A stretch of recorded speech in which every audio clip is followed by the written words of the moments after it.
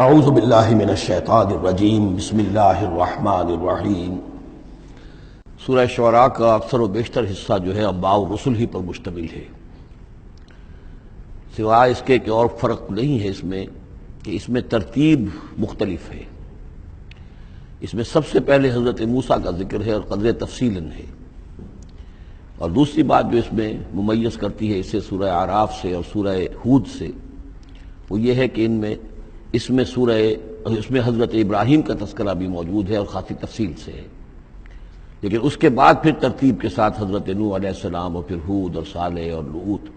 اور شعیب، ان کا تذکرہ جو ہے پھر اسی ترتیب کے ساتھ ہوگا۔ آخر میں ایک بڑا طویل رکوع ہے سورہ مبارکہ کا، جس میں خطاب حضور سے ہے اور گویا کہ حضور کی وساطت سے جو بھی اس وقت مسلمان آپ کے ساتھ تھے۔ وَإِذْ نَادَىٰ رَبُّكَ مُوسَىٰ، اور یاد کرو جب کہ پکارا تھا آپ کے رب نے موسیٰ کو ان ائت القوم الظالمین، کہ جاؤ ظالم قوم کے پاس،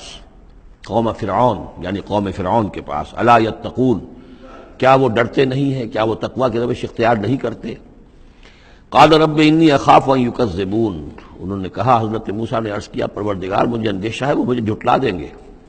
ویضیق صدری، اور میرا جی رکتا ہے، سینہ بھینچتا ہے، ولا ينطلق لسانی، اور میری زبان جو ہے وہ بھی زیادہ رواں نہیں ہے، فصاحت اور بلاغت نہیں ہے، فارسل الی ہارون، تو پھر یہ پیغام جو ہے ہارون کی طرف بھیجیے، یعنی یہ کہ وہ میرا ساتھ دیں، میرے وزیر بنے، میرا ہاتھ بٹائیں۔ وَلَهُمْ عَلَيَّ ذَنْبٌ، اور میرے ذمے ان کا ایک گناہ بھی ہے، ایک جرم ہے جو مجھ سے سرزد ہو گیا تھا، اس کا تذکرہ آگے آئے گا سورہ قصص میں۔ ایک قبطی جو ہے آپ کے ہاتھ سے، وہ قتل عمد نہیں تھا، قتل خطا تھا، لیکن بہرحال قتل ہو گیا تھا۔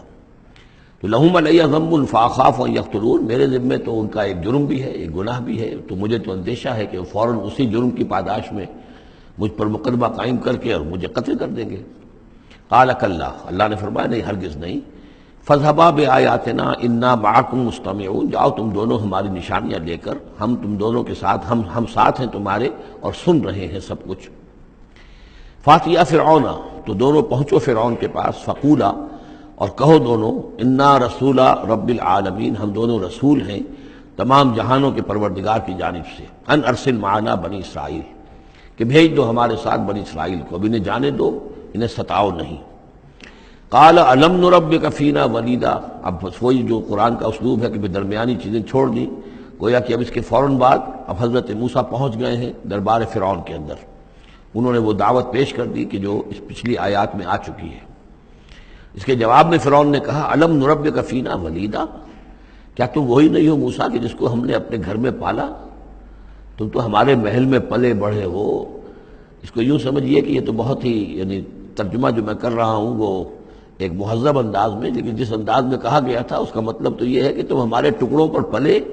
اور اب آج جو ہے ہماری بلی ہم ہی کو میاؤں، اور آج آ گئے ہو ہمارے سامنے اللہ کے رسول بن کر۔ الم نربک فینا ولیدا، جب چھوٹے سے تھے تم، بچے سے تھے، تمہیں ہم نے سمندر سے اس سے نکالا تھا، دریائے نیل سے، ایک صندوق سے، اور ہم نے پالا پوسا تمہیں، وَلَبِثْتَ فِينَا مِنْ عُمُرِكَ سِنِينَ، اور ہمارے ہاں اپنی عمر کا ایک حصہ تم نے گزارا ہے۔ وَفَعَلْتَ فَعَلَتَكَ الَّتِي فَعَلْتَ، اور تم نے وہ کام کیا جو تم نے کیا تھا، یعنی یہ کہ جو جرم تم نے کیا، تم نے ایک قبطی کو قتل کیا، وَأَنْتَ مِنَ الْكَافِرِينَ، اور تم بہت ہی ناشکرے تھے۔ قال فعلتها اذا وانا من الضالین، حضرت موسیٰ نے فرمایا ہاں میں نے کیا تھا وہ کام اس وقت، لیکن جبکہ میں خود گمراہ تھا، میں بھٹک رہا تھا، بٹ اس معنی میں کہ ابھی حقیقت خود مجھ پر واضح نہیں ہوئی تھی، ابھی نبوت و رسالت مجھے نہیں ملی تھی، بھٹکنے کا لفظ میں نے غلط استعمال کیا، ابھی میں خود تلاش حقیقت میں سرگرداں تھا، جیسا کہ میں پہلے سورہ فاتحہ میں بیان کر چکا ہوں۔ ضال کے معنی جو ہے وہ یہ ہے کہ ایک تو یہ کہ کوئی شخص بہک جائے کسی بدنیتی کی وجہ سے نہیں، غلط فہمی کی وجہ سے غلط راستے پر پڑ جائے، اور یا یہ ہے کہ ابھی وہ صحیح راستے کی تلاش ہی میں سرگرداں ہوں، یہ دونوں معنی اس کے ہیں لفظ ضال کے، اس لیے کہ یہ حضور کے لیے بھی لفظ آیا ہے، وَوَجَدَكَ ضَالًّا فَهَدَىٰ۔ قال فعلتها اذا وانا من الضالین ففررت منکم لما خفتکم، پھر میں تم سے ڈر کر بھاگ گیا، جب میں تم سے ڈرتا تھا اس وقت کی کیفیت یہ بھی تھی میری کہ مجھے خوف ہو گیا، اور تمہارے خوف کی وجہ سے فررت، میں بھاگ گیا یہاں سے، میں نے فرار اختیار کیا۔ وہب لی ربی،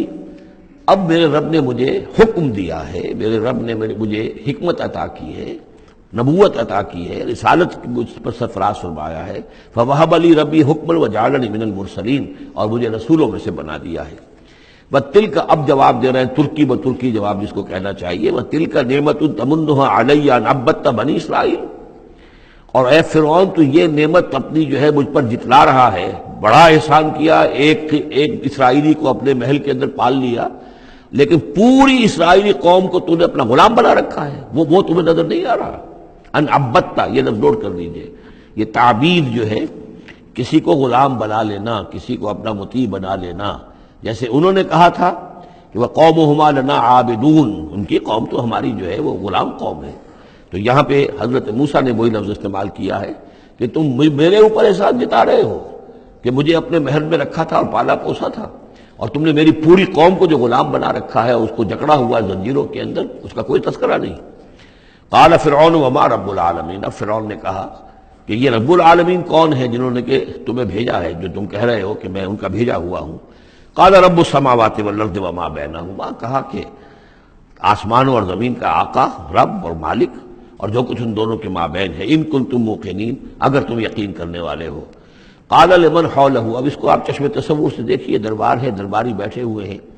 اب یہ جو گفتگو ہو رہی ہے فرعون کی براہ راست ہو رہی ہے حضرت موسیٰ کے ساتھ،